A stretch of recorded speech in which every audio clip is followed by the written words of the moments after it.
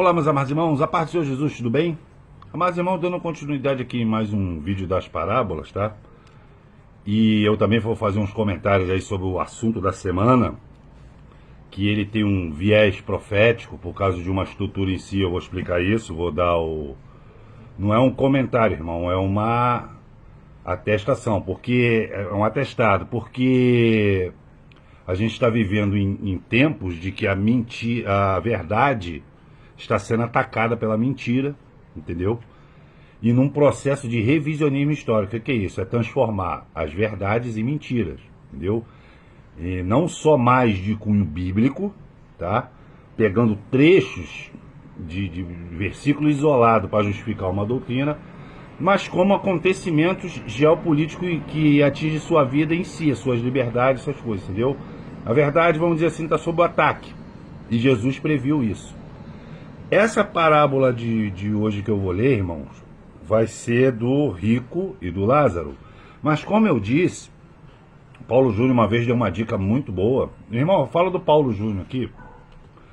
Que o Paulo Júnior para mim é igual o Silas Malafaia, tá? Ele... Não é porque o homem hoje está, vamos dizer assim, com os ensinamentos estranhos, a palavra de Deus pura, que eu vou desprezar o que ele pregou no passado. Eu costumo falar que o Silas Malafaia, por exemplo, né? Quando ele perdeu o bigodão dele, ele perdeu a unção junto. Igual é um Sansão de bigode, entendeu? Ele perdeu a força, ele perdeu a ajuda de Deus, né? Ele sempre foi um homem poderoso nas palavras. Mas agora parece, praticamente eu não vejo mais Silas Malafaia orando, irmão. Eu só vejo o Silas Malafaia falando de política. Os cortes chegam para mim é só ele falando de política. E como eu te falei para você, aqueles que apostam em política ainda via a igreja, né, Silas Malafaia e outros pastores, é uma pessoa que está condenada a sofrer, eu vou explicar nesse vídeo.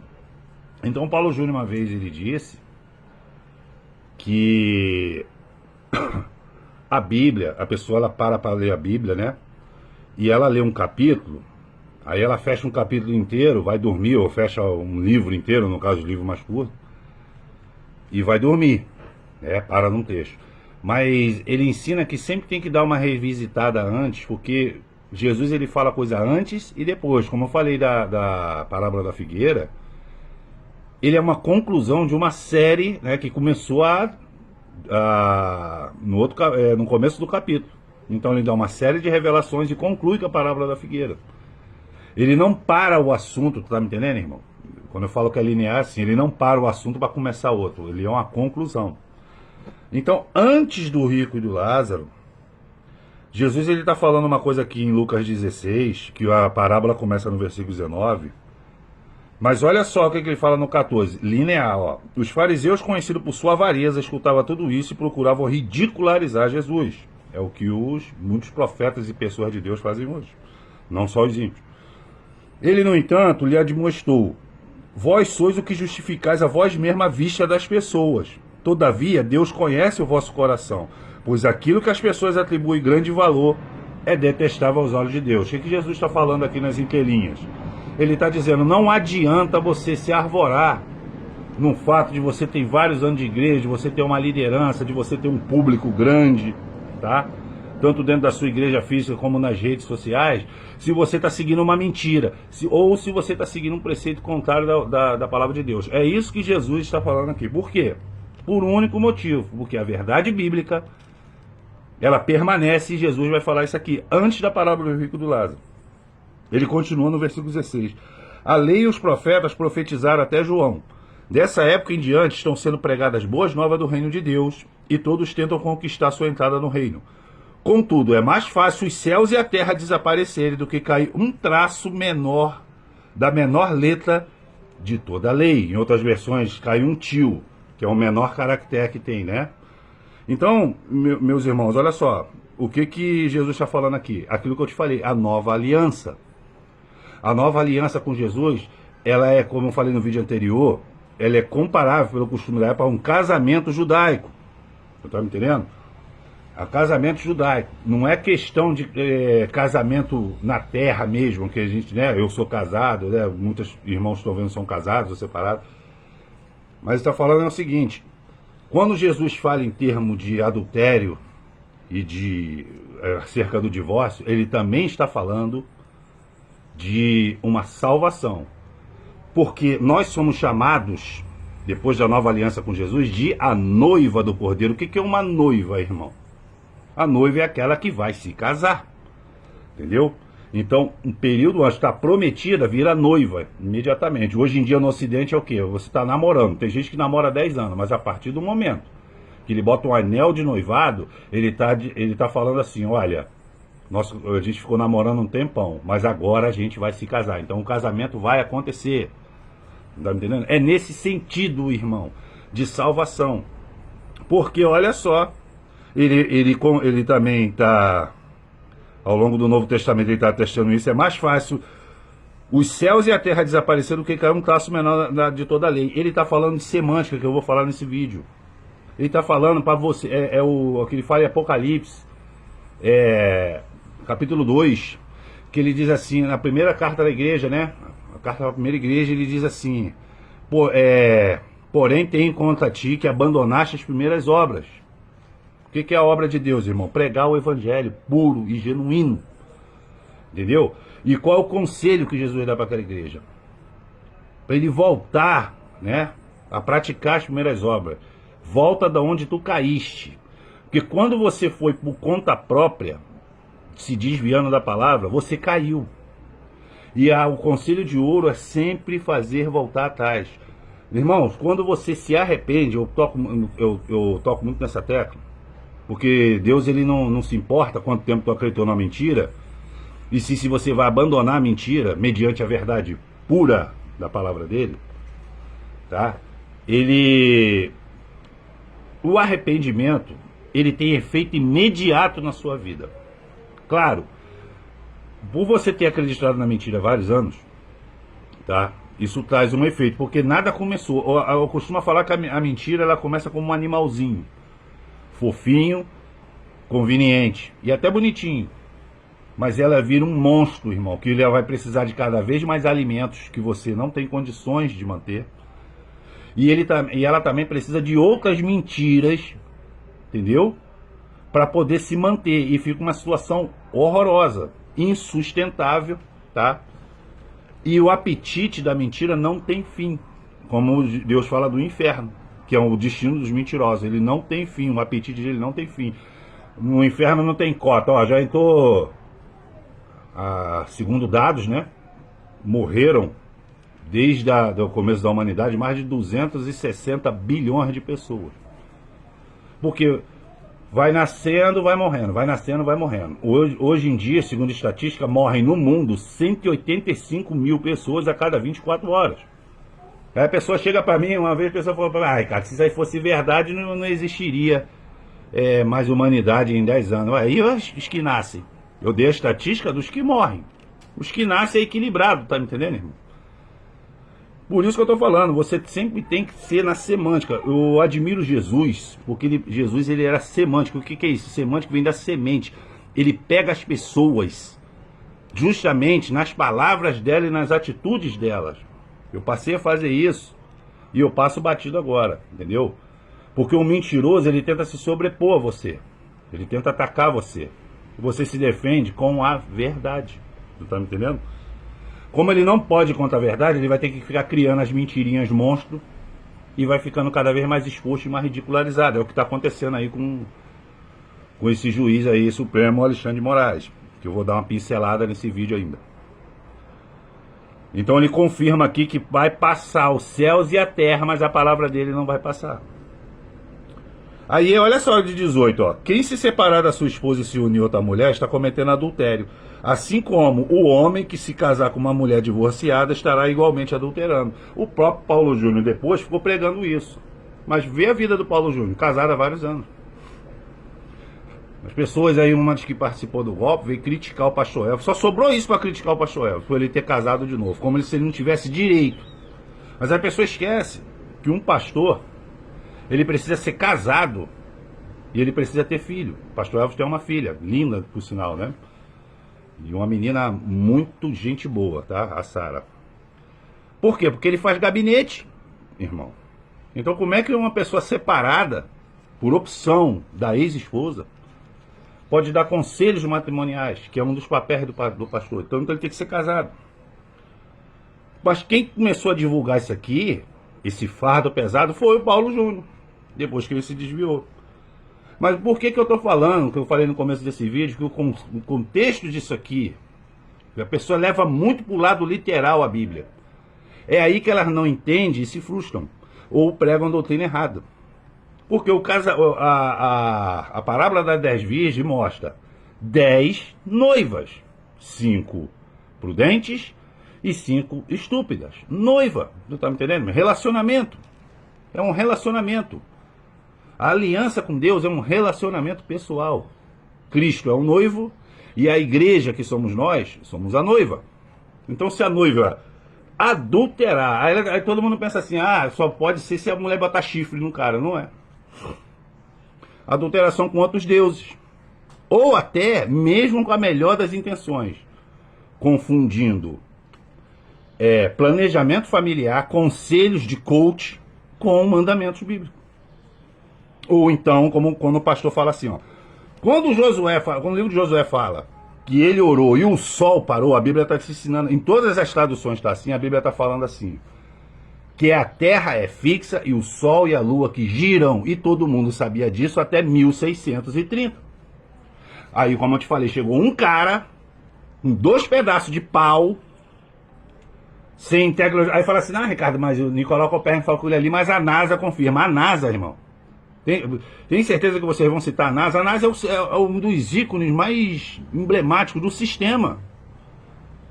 Então, quando você acredita na NASA, a NASA está faltando falando que está faltando um dia. Isso foi um ajuste que ela fez para ficar bem entre os leitores da Bíblia, os servos do Senhor, querendo conciliar a ciência. Tu tá me entendendo? O heliocentrismo, o nome já diz, hélio, sol, é a ciência que explica que a Terra gira em torno do Sol. Mas eu já expliquei que o Sol era o deus dos egípcios, que era o mundo na época. E os outros planetas têm tudo o nome de deus pagão grego. Netuno, Saturno, Júpiter, Mercúrio. Não é isso? Só que o heliocentrismo também, ele vai para a teoria da evolução. O que é o heliocentrismo? É a resposta científica para falar que a Bíblia é uma fantasia. Então, quando um pastor fala, negócio de Josué fala assim, hoje pela ciência nós sabemos que não foi o sol que parou, foi a terra que parou, ele está cocheando entre 2 pensamentos. E está mais explicado porque os milagres de Deus foram embora da igreja dele. Ricardo, como é que ia agora, Ricardo? Os milagres foram embora, como é que eles voltam? Se arrepende e abandona. Está escrito isso em todo o Novo Testamento. Não tem problema nenhum de você admitir assim, eu errei, eu acreditava numa doutrina, eu acreditava nisso aqui, o que o Paulo Júnior pregou, que você só podia se separar. Mas por que eu acreditava nisso?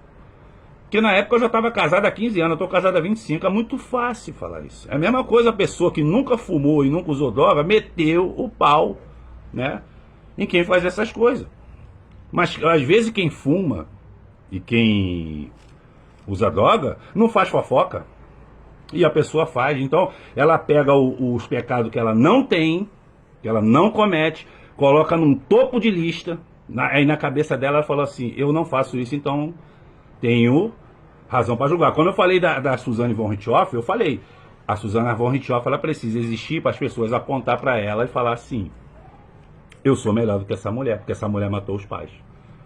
Só que a palavra de Deus diz em João que aquele que odeia o seu irmão é o homicida. E o que ela cometeu? Um homicídio. Entendeu? Um homicídio de proporções, de comoções nacionais. Mas o que ela fez, literalmente, muita gente, inclusive que está escutando esse vídeo, faz no coração. Então, esse vídeo aqui é para vocês deixar dessa criancice de levar tudo para o lado literal. Tá me entendendo? Então, resumindo aqui, o negócio da mulher, só pode se casar quando o cônjuge morrer. Não, Jesus está falando no contexto de salvação. Se a noiva, que é você, a igreja, vacilar, você perde sua salvação. Porque, como eu disse, Deus não divide a glória dele com ninguém. Então, dito isso, vamos entrar finalmente na parábola do rico e do Lázaro, que está no versículo 19 do capítulo 16. Havia um certo homem rico, que se vestia de púrpura e linho finíssimo, que se despendia todos os dias da sua vida de forma regalada. E havia também um outro homem, chamado Lázaro, que coberto de chagas vivia a esmolar e fora abandonada no portão do homem rico. Lázaro ansiava por alimentar-se ao menos da migalha que porventura viesse cair da mesa do rico. Até os cães vinham lamber sua ferida. Assim chegou o dia em que o mendigo morreu e os anjos levaram para junto de Abraão. Entretanto, o homem rico também morreu e foi sepultado. Mas no Hades, onde estava em tormentos, ele olhou para cima e observou Abraão de longe, com Lázaro ao seu lado. Então gritou: Pai Abraão, tem compaixão de mim e manda Lázaro molhe em água a ponta do meu dedo e me refresca a língua, porquanto eu estou sofrendo muito em meio a essas chamas. No entanto, Abraão lhe replicou: Filho, recorda-te do que recebeste teus bens durante a vida. E Lázaro foi afligido por muitos males. Agora, entretanto, aqui está sendo consolado, enquanto tu está padecendo. E além do mais, foi colocado um grande abismo entre nós e vós, de maneira que os que desejam passar daqui para vós, outros não consigam, tampouco passe de lá para o nosso lado. Então disse, suplicou: Pai, então te imploro que mande Lázaro à casa de meu pai, pois eu tenho 5 irmãos. Permite-me que eles avise, a fim de que eles também não venham para esse terrível lugar de sofrimento. Contudo, Abraão lhe afirmou: eles têm Moisés e os profetas, e que os ouçam. Mas ele insistiu: Não, pai Abraão, se alguém dentre os mortos for ter com eles, com certeza se arrependerão. Abraão, concluindo, lhe afirmou: Se não houve a Moisés e os profetas, também tão poucos se permitirão converter que ressuscite alguém dentre os mortos. Essa parábola aqui, irmão, ela foi usada pelos espíritas para provar que há vida depois da morte. Mas é uma doutrina, eu vou usar semântica, tá, irmão? Vou sempre usar semântica, vou explicar de novo, é o básico dos básicos, mas às vezes a pessoa não entende o básico. Elas montam opinião esquecendo do básico. A própria palavra explica que não tem como voltar. Jesus, ele foi, assim, essa é uma das parábolas mais intensas, assim, onde Jesus foi mais longe, para mostrar uma coisa só: a importância de você prestar atenção nos avisos. Irmãos, teve esses profetas, esses discípulos principalmente, a história dele o fim deles está detalhado num livro do historiador Flávio José, que eu cito muito nos meus vídeos. Irmão, por esse livro você sabe que Pedro foi crucificado de cabeça para baixo, que João foi jogado numa caldeira de óleo fervente e não sofreu nada. Você vê que Isaías foi cerrado no meio. À toa, irmão. Qual era o principal dever desses homens? Te avisar. Eu me lembro de um vídeo da menina, assim que o Maduro entrou, todo mundo já sabia que aquele homem ia fazer. Estava desenhado o futuro da Venezuela.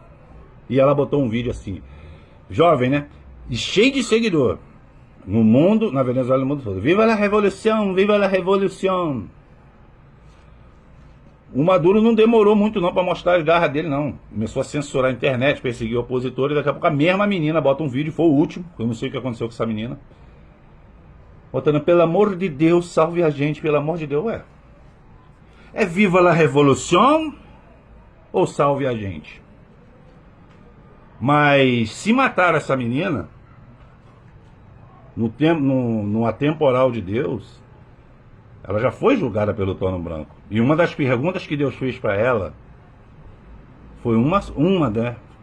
Em definitiva foi uma só: você foi avisada ou não? Pode mentir para Deus? Como eu te falei, Deus tem drones invisíveis e tem livros sendo escritos sobre a sua vida. Tem como você mentir para Deus? Você pode mentir para outras pessoas. Você pode mentir até para si mesmo. Mas para Deus não tem como mentir. Ela foi avisada. Entendeu? Porque tem coisa que é desenhada, irmão. Tem coisa que está na semântica.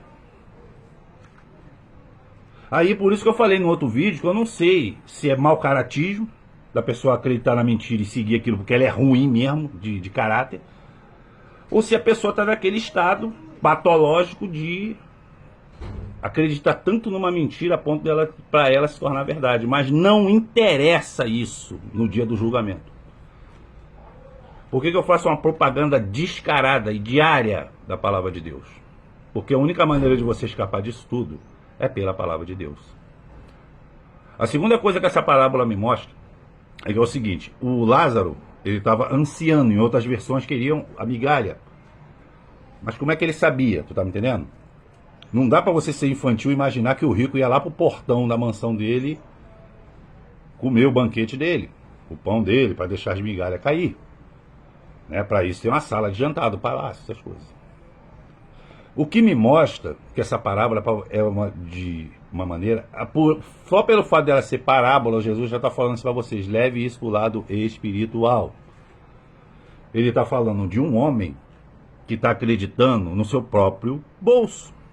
Provavelmente esse rico aí, ele estava estocando alimentos. Tu tá me entendendo, irmão? Porque ele tem poder de compra para isso. E quando você tem poder de compra, muito dificilmente você fica naquela dependência de Deus, porque a gente está falando da sua vida. Outra coisa que eu observo nessa parábola, a gente está falando do rico e do Lázaro, mas será que só existia ele de rico? O que eu te falei da literatura, irmão? Quando não aparece o nome de uma pessoa numa história, é porque o autor está falando que isso pode acontecer com qualquer um. Mas quando acontece de dar nome para a pessoa, isso quer dizer que a história é dela e específica. Se a ordem de guardar alimento fosse para todos, teria um texto na Bíblia que não seria esse sonho não seria dado para José. Aquela história de José seria uma parábola. Você está me entendendo? Por exemplo, Moisés. Moisés, ele abriu o Mar Vermelho com o seu cajado, sob a autoridade de Deus. Mas Deus poderia perfeitamente chegar e falar assim: Moisés, fala para cada um pegar um pedaço de galho e tocar de maneira sincronizada na areia, que o Mar Vermelho vai se abrir. Mas não. Quem tocou e quem fez abrir o mar foi Moisés, foi Deus, né? Mas através de Moisés. Então tem pessoas com nome na Bíblia, com funções específicas para isso. José, por exemplo, ele era subordinado a um sistema, que era Faraó. Por isso que eu falo que ele era um político, porque ele tinha cargo político, assim como Daniel. Mas Daniel deixou de ser profeta? Não. Mas Isaías também não é um profeta? Mas você vê Isaías recebendo ordem de Nabucodonosor, de sei lá, qual era o nome do cara lá, de Ciro, qualquer um? Não. Porque cada um tem sua função específica. No caso da parábola do rico e do Lázaro, o Lázaro tem um nome específico porque ele representa, tá, a classe prioritária que a Bíblia me mostra que Deus é. A palavra de Deus diz que Deus não faz acepção de pessoas, mas ele tem prioridade. Eu estou falando prioridade, não é acepção. Se um rico se arrepender, se um bilionário desse se arrepender e for para ele, em vida, ele vai perdoar os pecados. Está entendendo? E para aí vai jogar os mesmos pecados do rico, não interessa o que ele fez para obter tanta riqueza, e vai jogar no mar de esquecimento. Então ele não faz acepção de pessoa. Mas por que prioritário?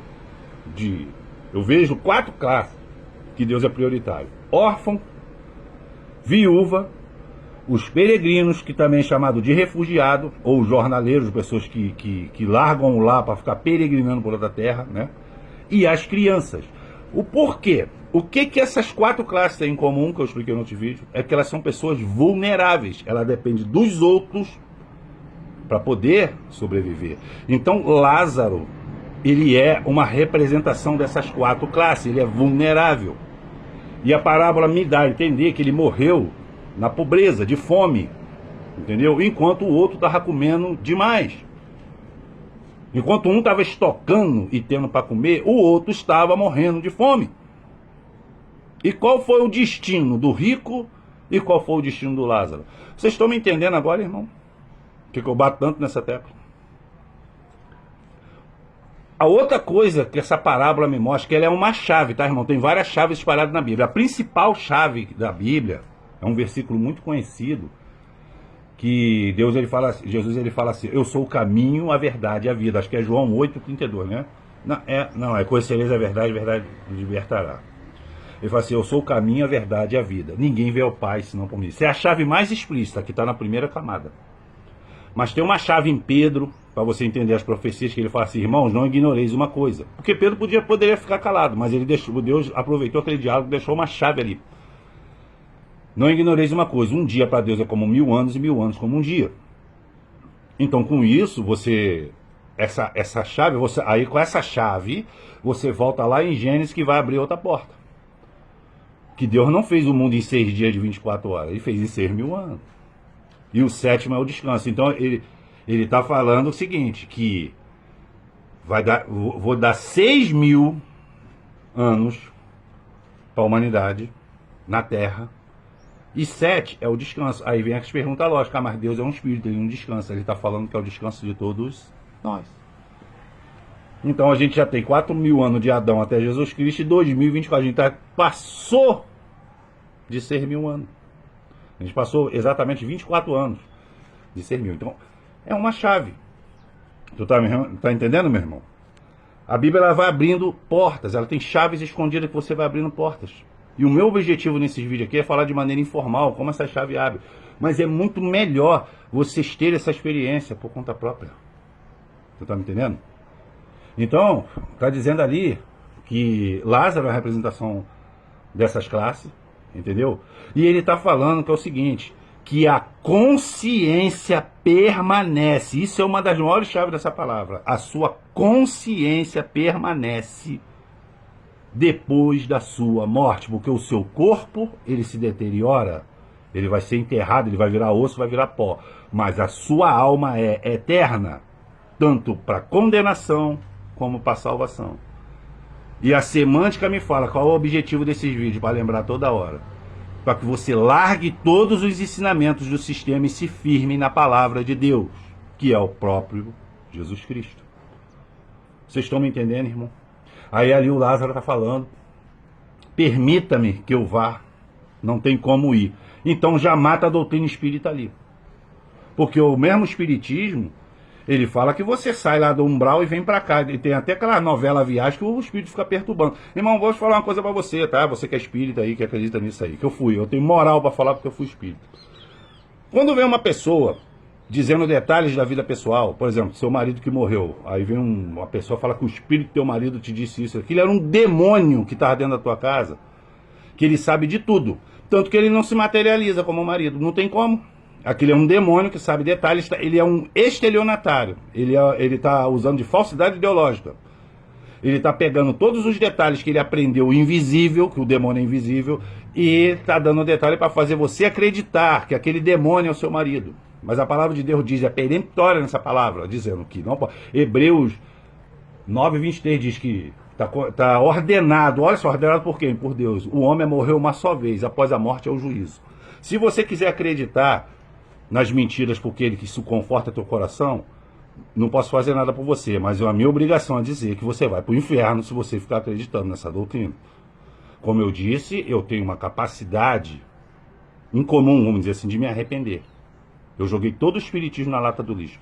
Todos os livros que eu li, de Chico Xavier, de Valdo Vieira, Nosso Lar, Bairro dos Estranhos, tudo aquilo eu reportei como perda, diante da simplicidade, da lógica e das bênçãos oriundas da palavra de Deus, da maneira correta como que você tem que pensar. Não está me entendendo? Então ele está dizendo que não tem como. Por quê? Tem gente, irmão, essa palavra também faz referência a Tomé. O que o rico estava falando ali para Abraão? O Abraão, os meus filhos, 5 filhos dele, são igual a Tomé. Moisés e o profeta falaram sim, tem um pergaminho, eles vão na sinagoga sim, mas eles não acreditam tanto. Mas se eu for, eles vão acreditar. Ou seja, o que Tomé falou para Jesus, hein? De maneira nenhuma eu vou crer se eu não tocar. Aí Jesus toca, Tomé. Não, Jesus, agora eu acredito. Ele disse, toca, Tomé. Toca na minha ferida, Tomé.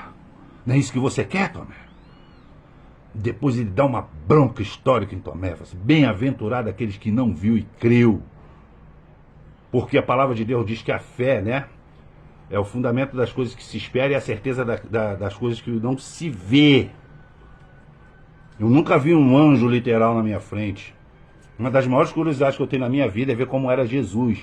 Eu vou pedir para Deus, provavelmente um dos donos dele invisível pregou, como é que Jesus pregava naquilo ali. Eu vou passar a eternidade vendo as pregações de Jesus. Voltando como se fosse um filme, né? Como é que Jesus pregava. Eu queria ver a face de Jesus. Mas não tem como. Mas eu creio. E esse desejo é oriundo da minha fé cega naquilo que eu não posso ver. Então tem gente que só acredita quando está vendo. Só que o problema é que vai acontecer muitas coisas. Eu costumo falar, por exemplo, se as pessoas ficam tomando picadinha aí que a ONU manda, só vai descobrir no inferno que foram enganados. Mas eles foram avisados. Eu ia comentar aí, fazer um comentário político, mas o vídeo chegou em meia hora.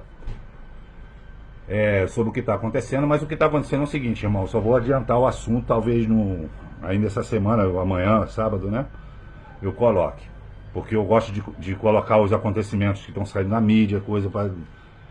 Eu vou falar uma coisa para vocês, essa situação que está acontecendo, política, geopolítica pelo mundo, ela é terrível, sabe para quem? Os imediatistas, que acham que vai acontecer amanhã. É a mesma coisa de crente, servo do Senhor imediatista. Às vezes o pastor traz um estudo sobre o que vai acontecer, baseado nos sinais que está na Bíblia, e a pessoa pensa que é para amanhã. Aí passa um dia não acontece nada, ai, não aconteceu nada. Aí fica com aquela postura covarde, diz assim, isso não vai dar em nada, não vai acontecer nada. Pessoa que fala isso, ela quer ficar em voga, mas da maneira mais idiota possível, só falando assim mesmo. Porque no fundo... ela sabe que vai acontecer, e se acontecer ela vai comemorar, mas ela não está calculando o ônus dessa atitude dela. Você está me entendendo? Porque se ela falar assim, eu sabia que ia acontecer, eu sabia nada, você falou que não ia dar em nada. Botando a credibilidade em risco. E depois tem muita gente que reclama porque ele é excluído de reuniões, de rodas de amigos. Porque não tem credibilidade. E o que elas falam não acrescenta em nada. Por outro lado, os outros só anunciam o pânico, sem a solução. Já está vendo que ele mesmo está enquadrado na advertência da própria pregação. E o que o Ricardo vem falando para vocês aqui? Para vocês terem paz e calma. Não é de um dia para o outro, é um processo. Como eu falei, o Maduro já saiu. Ricardo, mas o Maduro está lá ainda. Ele já saiu. Ele não é reconhecido por ninguém.